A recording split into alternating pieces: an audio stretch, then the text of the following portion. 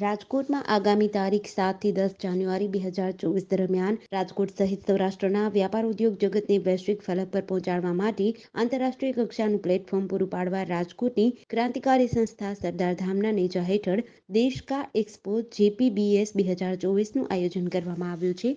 25 એકરની વિશાળ જગ્યામાં યોજાનારા આ બિઝનેસમાં મહાકુંભ સમાન એક્સપોમાં 25 એકર વિશાળ જગ્યામાં 1100 જેટલા સ્ટોલ્સ ઊભા કરવામાં આવ્યા છે। દેશ વિદેશના લોકો મોટી સંખ્યામાં આ એક્સપોની મુલાકાત લેશે। રાજકોટ સહિત સૌરાષ્ટ્રના વેપાર ઉદ્યોગને વેગ મળશે। 7 જાન્યુઆરીના રોજ મુખ્યમંત્રી ભૂપેન્દ્ર પટેલના હસ્તે આ એક્સપોનું ઉદ્ઘાટન થશે। સુરત સિવિલ હોસ્પિટલમાં એક ગંભીર ઘટના સામે આવી છે। 3 વર્ષની બાળકી સાથે લેડીઝ ટોયલેટમાં વૃદ્ધ દ્વારા અડપલા કરવામાં આવ્યા હતા। ત્યારબાદ બાળકીની માતાએ વૃદ્ધને માર માર્યો હતો। હાલ તો આ વિડીયો સોશિયલ મીડિયામાં વાયરલ થયો છે, જે અંગે સુરત સિવિલ હોસ્પિટલ સુપ્રિન્ટેન્ડન્ટે તપાસના આદેશ આપ્યા છે। સુરત સિવિલ હોસ્પિટલમાં એક મહિલા દ્વારા વૃદ્ધને માર મારવામાં આવતો હોવાનો વિડીયો વાયરલ થયો છે। આ વિડીયો ગતરોજનો અને સુરત સિવિલ હોસ્પિટલની જૂની બિલ્ડિંગની બહારનો હોવાનું સામે આવ્યું છે। સિવિલમાં આવેલા લેડીઝ ટોયલેટમાં 3 વર્ષની બાળકીની છેડતી એક વૃદ્ધ દ્વારા કરવામાં આવી હતી। એક ચર્ચા પ્રમાણે આ વૃદ્ધ નશાની હાલતમાં હોવાનું પણ માનવામાં આવી રહ્યું છે।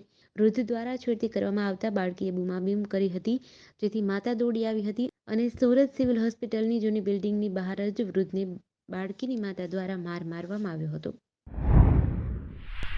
ગુજરાત સરકારના ગૌણ સેવા પસંદગી મંડળ દ્વારા વિવિધ પોસ્ટ માટે ભરતી બહાર પાડવામાં આવી છે, જેમાં ગ્રુપ એમાં head clerk, senior clerk, officer assistant સહિત 18 પોસ્ટ માટેની ભરતી જાહેર કરાઈ છે, જ્યારે ગ્રુપ બીમાં જુનિયર ક્લાર્ક અને આસિસ્ટન્ટ ડેપો મેનેજર પોસ્ટ માટેની ભરતી જાહેર કરાઈ છે। ગૌણ સેવા પસંદગી મંડળ દ્વારા કુલ 20 કેડરની 4300 જગ્યાઓમાં ભરતી કરાશે।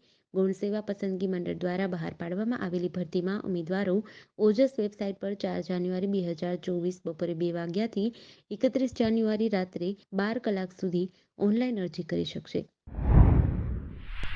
અમદાવાદના ટ્રાફિક વિભાગમાં ફરજ બજાવતા હોમગાર્ડ જવાનનો 150 રૂપિયા લેતો વિડીયો વાયરલ થયો છે। અમદાવાદના એસટી બસ સ્ટેશન પાસે આવેલા ટ્રાફિક બૂથ પાસે ટ્રાફિક પોલીસના જવાનો, હોમગાર્ડ તથા TRBના જવાન ફરજ બજાવે છે। સોશિયલ મીડિયામાં આ બૂથ પાસેનો એક વિડીયો વાયરલ થયો છે, જેમાં એક હોમગાર્ડ જવાને રોંગ સાઈડમાં આવતા બાઇક ચાલકને રોક્યો હતો। બાઇક ચાલક પાસે રકઝક કરીને પૈસાની માંગ કરી હતી।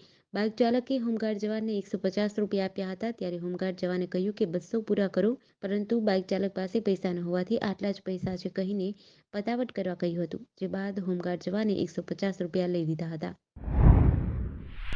બોટાદ જવાહર નવોદય વિદ્યાલયમાં સાંજના સમયે આશરે 150થી વધુ વાલીઓ એકત્ર થયા હતા। વાલીઓ દ્વારા જવાહર નવોદય વિદ્યાલયમાં શિક્ષક તરીકે ફરજ બજાવતા JD સોલંકી તેમજ હિતેશ પરમાર પર ગંભીર પ્રકારના આરોપ લગાવ્યા હતા। વાલીઓ દ્વારા લેખિતમાં આચાર્યને જણાવ્યું હતું કે આ બંને શિક્ષકો શાળામાં વિદ્યાર્થીઓ સાથે ગેરવર્તન કરે છે, તેમજ હિતેશ પરમાર વિદ્યાર્થીનીઓને પોતાની પાસે એકલા આવવાનું જણાવે છે, જે બાબતની વિદ્યાર્થીનીઓ દ્વારા વાલીઓને જાણ કરતા આજ રોજ સાંજના સમયે જવાહર નવોદય વિદ્યાલય ખાતે મોટી સંખ્યામાં વાલીઓ એકત્રિત થયા હતા અને આચાર્યને લેખિત રજૂઆત કરી હતી। શિક્ષક JD સોલંકી તેમજ હિતેશ પરમારને શાળામાંથી ફરજ મુક્ત કરવામાં આવે અથવા તો અન્ય જગ્યા પર બદલી કરવામાં આવે તેવી વાલીઓએ માંગ કરી છે। ઈરાનના કેરમન શહેરમાં બુધવારે થયેલા 2 વિસ્ફોટમાં 103 લોકોના મોત થયા હતા, જ્યારે 141 લોકો ઘાયલ થયા છે। આ વિસ્ફોટો પૂર્વ રેવોલ્યુશનરી ગાર્ડ્સ જનરલ કાસિમ સુલેમાનીની કબર પર થયા હતા। ગુરુવારે દેશમાં રાષ્ટ્રીય શોક જાહેર કરાયો છે। ઈરાનના સ્વાસ્થ્ય મંત્રીએ કહ્યું કે ઈરાનની ધરતી પર અત્યાર સુધીનો આ સૌથી મોટો આતંકવાદી હુમલો છે। ન્યૂઝ એજન્સી રોયટર્સ અનુસાર બંને બ્લાસ્ટ વચ્ચે 20 મિનિટનું અંતર હતું। પહેલો વિસ્ફોટ સુલેમાનીની કબરથી 700 મીટર દૂર થયો હતો। બીજો વિસ્ફોટ સુરક્ષા ચેકપોસ્ટ પાસે થયો હતો। ખરેખર બુધવારે કાસિમ સુલેમાનીની મૃત્યુની ચોથી વર્ષગાંઠ હતી। 2020માં US અને ઇઝરાયલ દ્વારા બગદાદમાં મિસાઇલ હુમલામાં સુલેમાની માર્યો ગયો હતો। ગોધરા તાલુકાના નદીસર ગામે નળ સે જલ યોજના હેઠળ બનતા પાણીના સ્ટોરેજ માટેના સંપના ખોદકામ દરમિયાન કાળજી રાખવામાં ન આવતા ગામના અલગ અલગ વિસ્તારોમાં પાણી પૂરું પાડતી પાઇપો તૂટી જતા સમગ્ર ગામમાં 4 દિવસથી પાણીનું સપ્લાય બંધ છે, ત્યારે ગ્રામજનો મોટી મુસીબતમાં મુકાયા છે। જ્યાં સંપ બનાવવાનો છે ત્યાં ખાડામાં પાણી ભરાતા બાજુમાં રહેલા પાણીના ટાંકાના અસ્તિત્વ પર જાણે જોખમ ઊભું થયું છે। એક તરફ ખેતી અને પશુપાલન સાથે સંકળાયેલા ગ્રામજનો 4 દિવસથી પાણીથી વંચિત રહેતા કામગીરીને લઈને અનેક સવાલો ઉપસ્થિત રહ્યા છે। ગઢડા શહેરના બોટાદ રોડ પર આજે સવારના અકસ્માત સર્જાયો હતો. કોટન ભરેલા એક ટ્રકના ડ્રાઈવરે સ્ટીયરિંગ પરનો કાબુ ગુમાવી દેતા ટ્રક પલટી મારી રોંગ સાઈડમાં ઊંડા ખાડામાં પડી ગઈ હતી.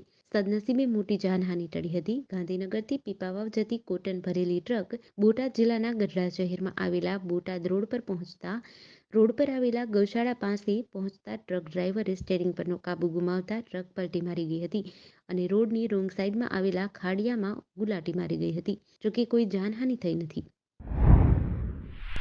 રાજકોટ શહેર અને જિલ્લામાં દીપડાના આટાફેરામાં લોકો ભયમાં સપડાયા છે. રાજકોટ શહેરમાંથી હવે દીપડો તાલુકા વિસ્તાર સુધી પહોંચી ગયો છે. ગઈકાલે રાત્રિના રાજકોટ તાલુકાના બેડલા ગામે એક પાડરૂનું મારણ કર્યું હોવાનું સામે આવ્યું છે. ગામ લોકો દ્વારા વન વિભાગને જાણ કરી દીપડાને પાંજરે પૂરવા માંગ કરી છે. આ દીપડો ગત 22 ડિસેમ્બર 2023ના રોજ રાજકોટના હાદસમાં કાલાવાડ રોડ પર રાત્રિના સમયે આરપીજે હોટલ નજીક રોડ ઓળંગતો જોવા મળ્યો હતો, જેના સીસીટીવી સામે આવ્યા છે. બેડલા ગામે ગઈકાલે રાત્રિના રમેશભાઈ દેવરાજભાઈ બોદરની વાડીમાં દીપડાએ પાડરાનું મારણ કર્યું હતું, જેને લઈ સરપંચ દ્વારા વન વિભાગને જાણ કરવામાં આવી હતી અને દીપડાને પાંજરે પૂરવા મદદ માંગી હતી. સુરત શહેરના નર્સિંગ કર્મચારીઓએ વિવિધ પડતર માંગણીઓને લઈને વિરોધ પ્રદર્શન શરૂ કર્યું છે. આ વિરોધ પ્રદર્શનમાં શહેરના 500 નર્સિંગ કર્મચારીઓ જોડાયા છે, જેઓએ બેનરો સાથે હનુમાન ચાલીસા બોલીને વિરોધ કર્યો હતો. મનપા દ્વારા સંચાલિત સ્મીમેર અને મસ્કતી હોસ્પિટલ તેમજ શહેરના તમામ આરોગ્ય કેન્દ્રોના તમામ નર્સિંગ કર્મચારીઓ વિરોધ કરી રહ્યા છે. સ્મીમેર હોસ્પિટલ ખાતે વિરોધ પ્રદર્શન કરી રહેલા કર્મચારીઓ દ્વારા ભગવાન શ્રી રામ અને હનુમાન ચાલીસાના પાઠ કરવામાં આવી રહ્યા છે. ભગવાન સદબુદ્ધિ આપે તેવા હેતુથી કર્મચારીઓ દ્વારા વિરોધ કરવામાં આવી રહ્યો છે. અનોખા વિરોધની સાથે કર્મચારીઓ દ્વારા આવેદનપત્રમાં પણ પોતાની માંગ અંગે રજૂઆત કરવામાં આવી છે. અમરેલી જિલ્લામાં દીપડાનો આતંક વધી રહ્યો છે. પ્રતિદિન દીપડાઓ રહેણાંક વિસ્તારમાં ઘૂસી જવાની ઘટના બની રહી છે.